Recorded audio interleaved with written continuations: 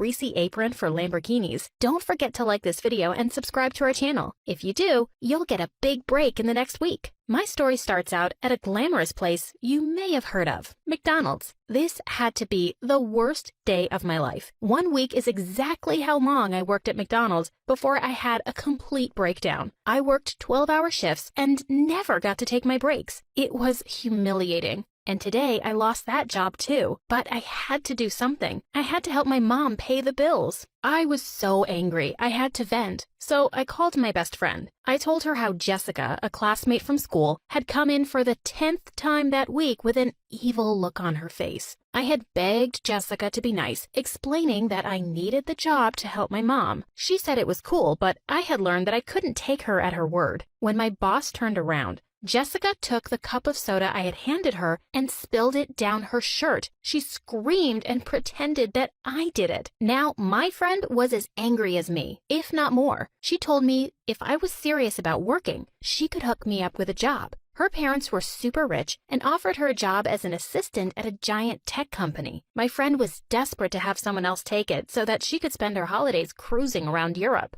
I showed up for the interview in my best outfit. A secretary told me to sit in a crowded room and wait for my name to be called and to help myself to some refreshments. I got a cup of coffee to look mature, but as soon as I turned around, a strict and powerful-looking woman appeared. She asked if I was here for the interview, and I said yes. It must be her interviewing me. I was shaking so hard that I spilled coffee all over her very expensive-looking blouse. A teenager in the corner started laughing hysterically, and the woman turned as red as a tomato and looked like she was about to explode. I tried to play it off and excused myself to the bathroom for a quick break. Well, it was longer than I expected because I accidentally locked myself in there. I freaked out and started crying. I tried to climb over the stall and ended up ripping my dress and messing up all my makeup. I still ran over to do the interview, but I looked like a circus clown. The lady didn't even ask me any questions, just said,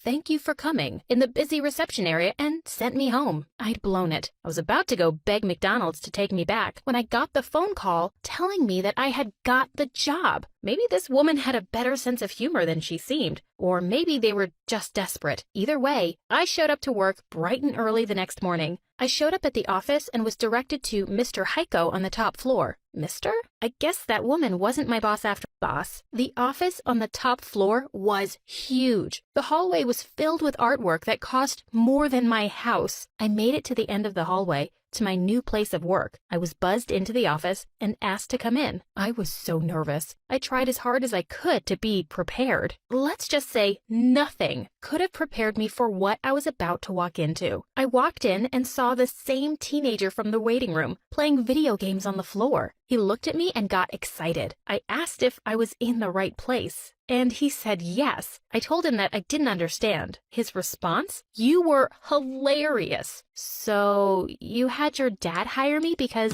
you think I was funny?" He got very insulted. "My dad? I built this company." But you're just a kid. A kid? I am 16, and I am a self-made billionaire.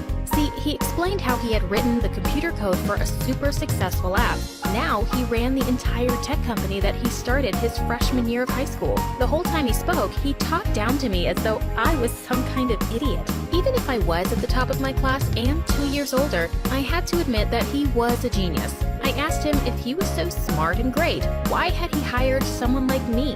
He explained that he was in need of an assistant, and I was the only interviewee that didn't bore him to death. He gave me a tour of his office filled with video games, action figures, and soda fountains. But there was one thing that made my blood boil.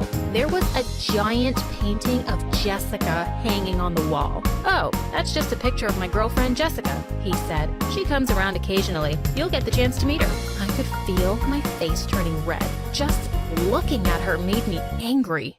He asked if everything was okay, but before I could answer, he spoke up again. "Well, that concludes the tour. Now for your contract." I picked up the piece of paper and nearly passed out.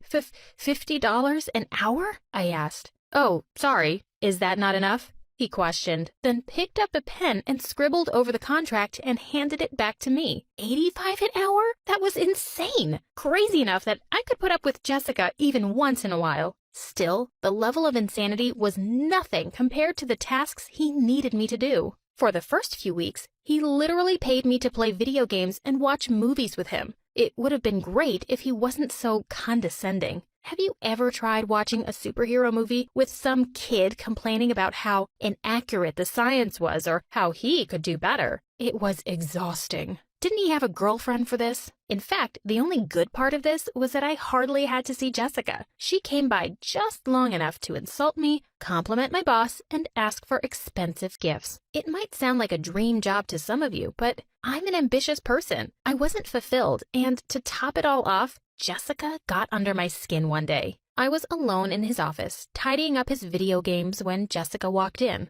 Without hesitation, she went into his desk and took a few $1,000s from his wallet. I told her that maybe she should ask first, but she just laughed at me. "Wow, from a waitress to a babysitter," she said, looking me up and down. That's it. When he came back, I confronted him over why I was here in the first place. He didn't seem to actually need me to do anything. I told him that I needed to feel like I was actually doing something besides hanging out. He seemed disappointed, but agreed to let me take over some more assistant duties. As my first duty as your assistant, you should probably know that Jessica was taking money from your wallet. Now, any normal person would have at least been upset, but he just acted like it was all normal. In fact, he got super defensive about the entire thing. He told me that's just how relationships work, and I would know about it if I had ever been in love before. Idiot. He might have been some 16-year-old genius that ran a multi-billion-dollar company, but he was a complete idiot when it came to the real world. If he wasn't such a jerk, I would almost feel bad.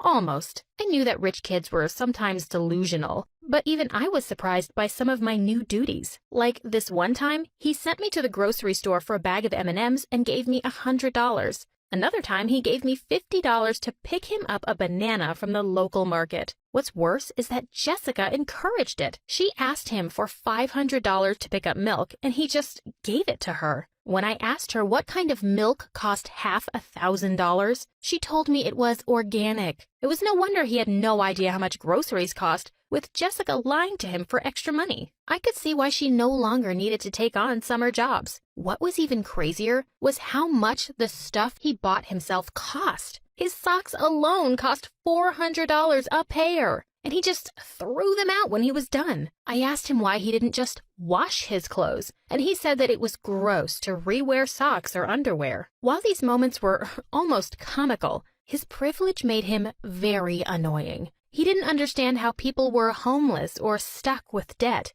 I don't understand why they don't just get a job. He was so arrogant and horrible. He expected everyone to do whatever he wanted just because he threw a few bucks at them. I felt like I did a lot as his assistant, but there were countless people waiting on him day and night. The closer we got, the more I realized he had no idea how to do anything himself. I will never forget the day he asked me to tie his shoes. I kind of laughed. I asked him how he didn't know how to tie his shoes. His response? I don't know. How were you stuck at McDonald's if you were so smart?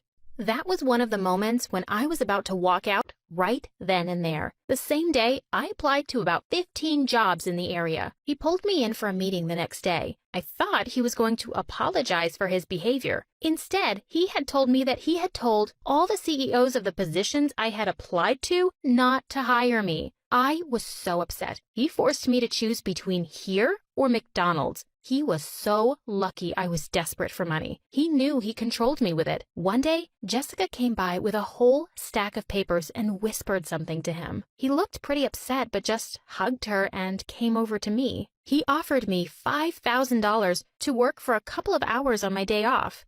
It wasn't so out of the ordinary. This was the same guy who paid me $400 to test his pens and $1,000 to use my umbrella since he forgot his. Of course, I agreed. Right after dinner, I drove off to the location he gave me. I was expecting an office or something, but it was a mansion. His mansion. I was pretty excited to see the inside of it, but it almost broke my heart when I saw what I was there for. There was a cake and balloons, but just the two of us. Apparently, both of his parents had forgotten it was his birthday and went on a trip to the Bahamas. He didn't want to be left alone, and I was his best friend. I asked him about Jessica, but he explained that she had ditched him last minute. He said it was a family emergency again. that her grandmother was in the hospital. Sad story I would feel super bad about if I hadn't checked Jessica's Instagram earlier. She was in Disneyland and wasn't even trying to hide it. She came by to drop off her homework for him to do while she went away for a week to spend time with her grandmother. Turns out, this happened every year. They had never spent a birthday or holiday together. Not only that, but he did all of her homework. I saw how she managed to keep her grades up. I don't know if I made the right decision, but I decided not to show him the photos. He was already sad enough.